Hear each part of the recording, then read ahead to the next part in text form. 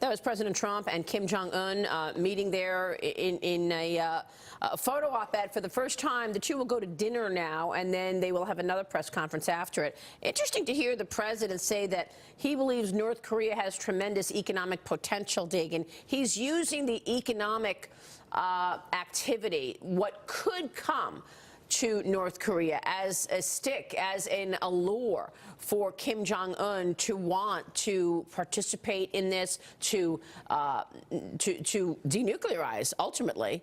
Do you think that's possible? I mean, and when you look at where they are today, in Hanoi, Vietnam, similar story so many years ago, and now you do see economic prosperity of sorts in Vietnam. It is unclear whether Kim Jong-un really wants that for his people. And I think that, does he want a better future for his economy? And I think that in the discussions, we might get a better sense of that in this second summit. This came up during the first summit. Didn't the president kind of joke about not condos, but like hotels, and how beautiful the country was, and how he sees, as a real estate developer, the potential there? It just remains to be seen. There's a lot that needs to come out of this summit, because paltry little came out of the last one.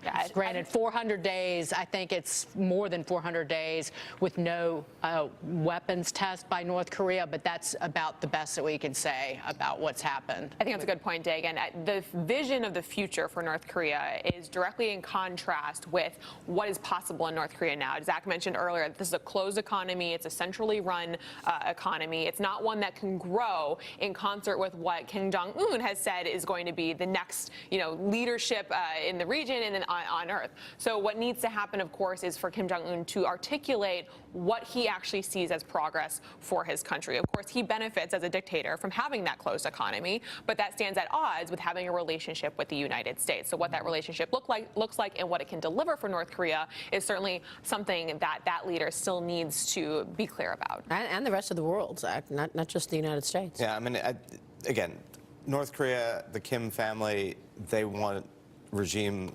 security, and everything else, might be gravy. It's certainly easier to have less sanctions than more, even if you're going to maintain control. But unlike China, which had its own sort of come-to-mama moment in the 70s and early 80s, where it thought, look, we want to maintain control, but we need a more open or more diverse internal economy. Even Vietnam, where they're meeting now, had 10 years of post-U.S. war there, of immense conflict and an attempt to control everything. They also went more of the China path, which is we want a domestic economy that's a little more open while having really rigorous and absolute state control. So it may be that Kim wants that, but there's a difference between a party, which is like an oligarchy controlling something, and an individual. So I wouldn't hold your breath for the Pyongyang Hilton franchise anytime soon, or any of these things. Yeah, but I think it's worth noting that this is really what the president is saying, what could be, that he thinks that there could be tremendous success. I just don't know. I don't know that thing is possible given the nature of Kim Jong-un. But what we do know is that what's been working in the past with previous administrations didn't work either. Yeah, good point.